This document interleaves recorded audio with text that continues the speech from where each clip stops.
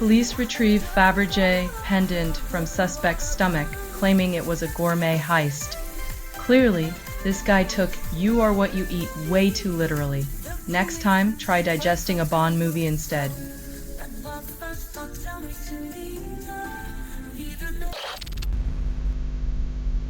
Ah, the classic pay me to think defense.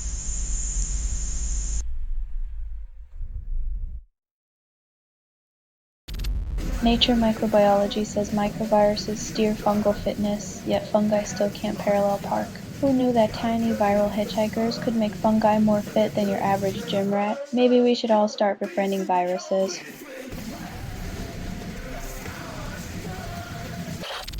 Glencore wants equal stake in Chile Mindia with Anglo, though it's a dance with two rivals. It's like trying to share the last slice of cake at a wedding, where everyone hates each other, but loves the frosting.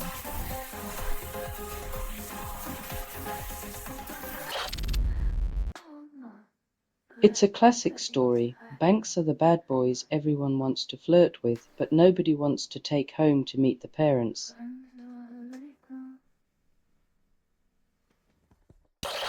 Republican mayor faces deportation over voter fraud charges, and irony votes twice. When the party of election integrity can't even vet its own, it's like the pot calling the kettle a non-citizen.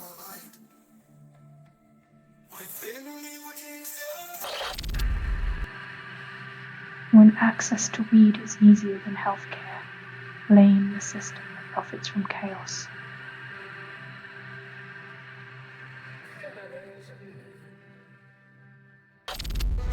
Only 20% of regions saw hunger fall, and the UN calls it progress. When climate change and conflict starve the vulnerable, progress is just a euphemism for selective empathy wrapped in bureaucratic red tape.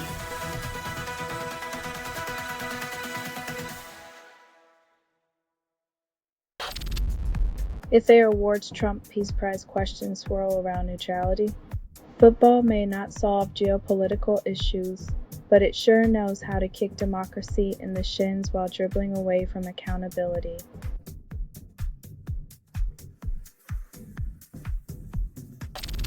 NASA captures infant stars sculpting dust in the Lobster Nebula. Calls it cosmic artistry. Meanwhile, Earthlings struggle to sculpt a coherent climate policy, but at least space is making progress in the art department.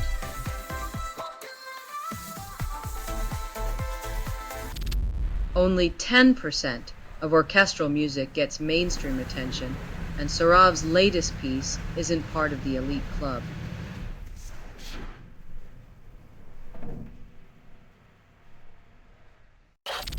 Greek Coast Guard finds 17 bodies in boat near Crete and 2 survive. The Mediterranean remains a watery grave while Europe debates border policies with all the urgency of watching paint dry.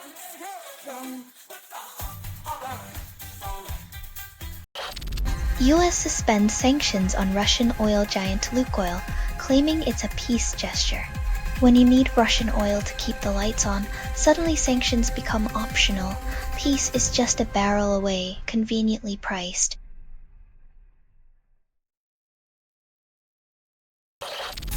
Ireland, Spain, and the Netherlands boycott Eurovision 2026.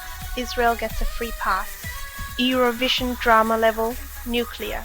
When glitter diplomacy fails, just boycott the talent show. Freedom, sequins, and selective outrage on full display.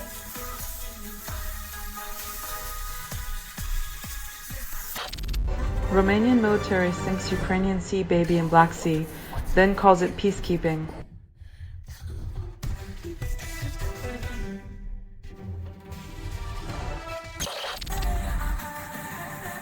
When a revolution means hacking your savings, it's like calling a pickpocket an economic innovator. Let's just say their interest rates are through the roof, literally.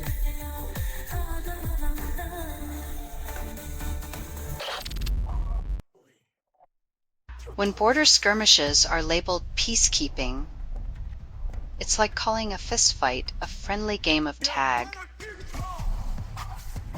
Diplomacy by any other name still smells of gunpowder.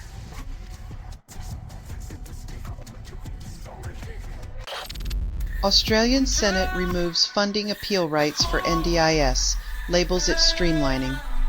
When the government decides fewer voices mean better service, it's like solving a puzzle by throwing away the pieces that don't fit their narrative.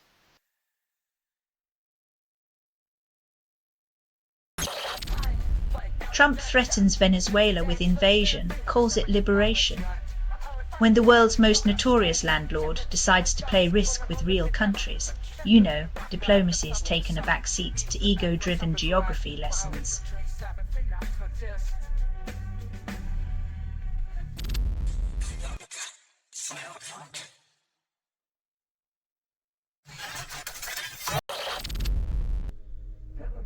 Awarding Trump a peace prize is like giving a participation trophy to a hurricane. It's loud, spins wildly, and leaves a mess in its wake.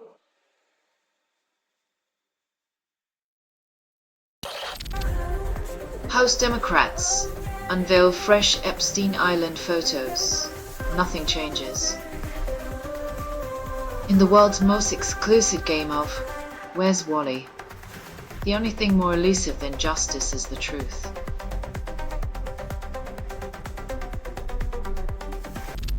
Dave Navarro gifts Les Paul to Frusciante ends up pawned post-rehab. In the rock and roll version of a Greek tragedy, guitars change hands more often than loyalties, leaving a trail of riffs and regrets.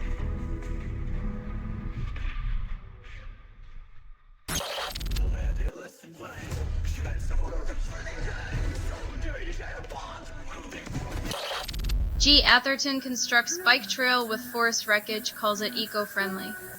When your path to sustainability is literally paved with debris, it's hard to tell if you're saving the planet or just tidying up nature's clutter.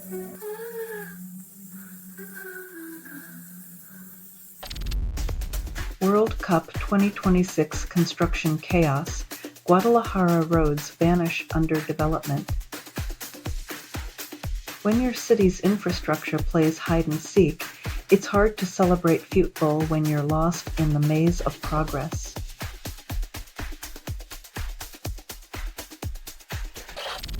Fallout TV show delays iconic content.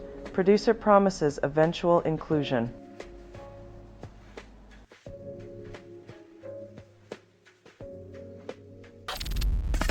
Putin declares Russia will seize Donbas by force, then calls talks with the US very useful. When diplomacy means chat politely while sharpening the knives, it's clear who brought the axe to the peace table.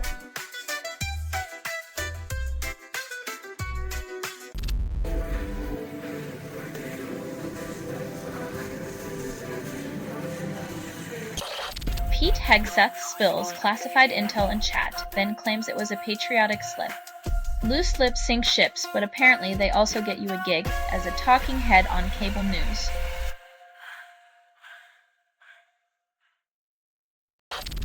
Only 20% of language learners achieve fluency, and publishers call it success. Learning a language in exile is like trying to grow roses in a desert. Possible, but you're going to need a lot of water and stubbornness.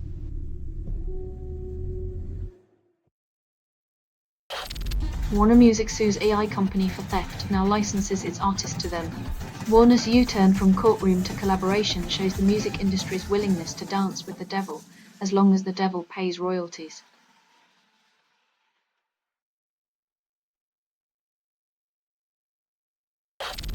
Nitrous oxide offers fast depression relief, promises to turn frowns into giggles. Finally, a treatment that understands the only way to face life's absurdity is with a balloon in hand and a laugh on your lips.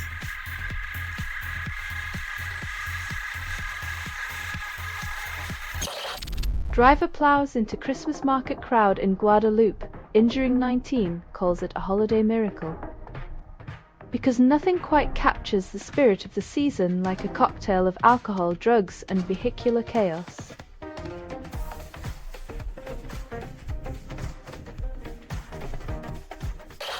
Trump calls Somali immigrants garbage, then claims to embrace diversity. Nothing says land of the free like turning the melting pot into a compost heap of xenophobia. Only 20% of Woodstock attendees remember Leo Lyons, and nostalgia calls it a revival. The rock legends of yesteryear played for love, not algorithms proving you can't auto-tune authenticity.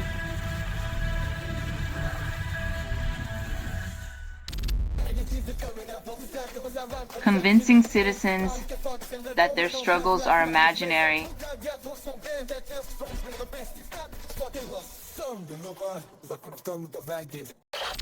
Australian government bans social media for teens under 16, claiming it's digital exorcism, when the solution to algorithmic manipulation is a blanket ban. It's like banning books to combat misinformation, clueless censorship dressed as protection.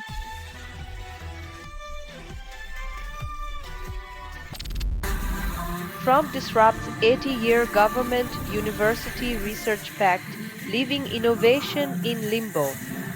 When a single signature can unravel decades of progress, it's like giving a toddler a pair of scissors in a room full of priceless art.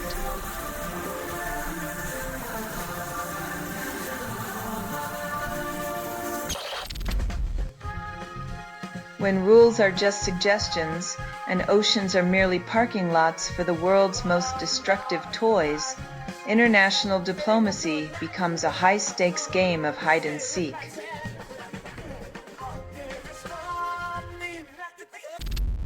China launches diplomatic offensive to isolate Japan, claiming Taiwan's solidarity.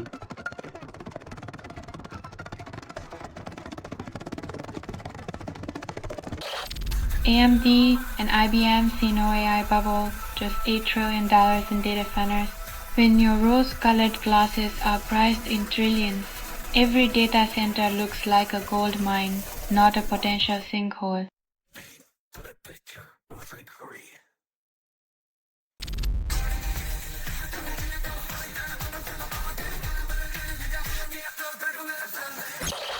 Trump nominates Hassett for Fed chair, doubts linger on rate cuts.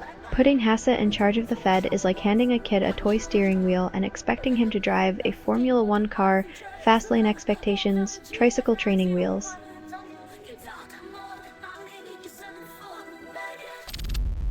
Tech giants deploy small language models, promise security, deliver new risks.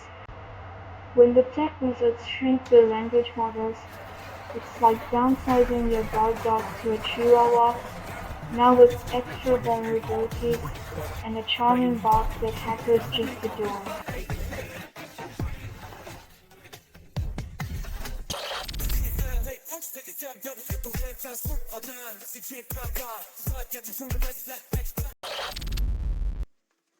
Jim Jordan shills Jack Smith.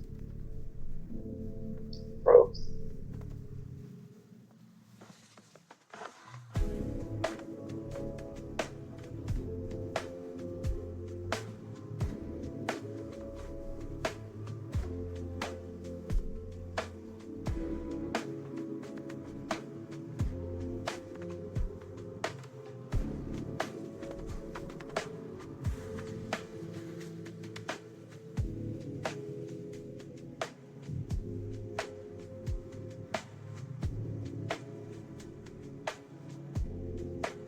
When your investigative strategy involves more shadow than substance.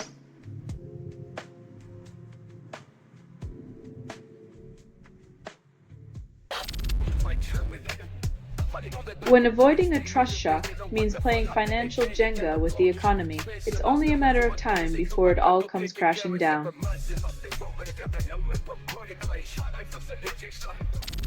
Only 20% of Ukrainians find solace in church, while the rest brace for another winter facing Putin's frozen hell. When faith is the armor against missiles and frost, and the only warmth comes from candles and the will to endure.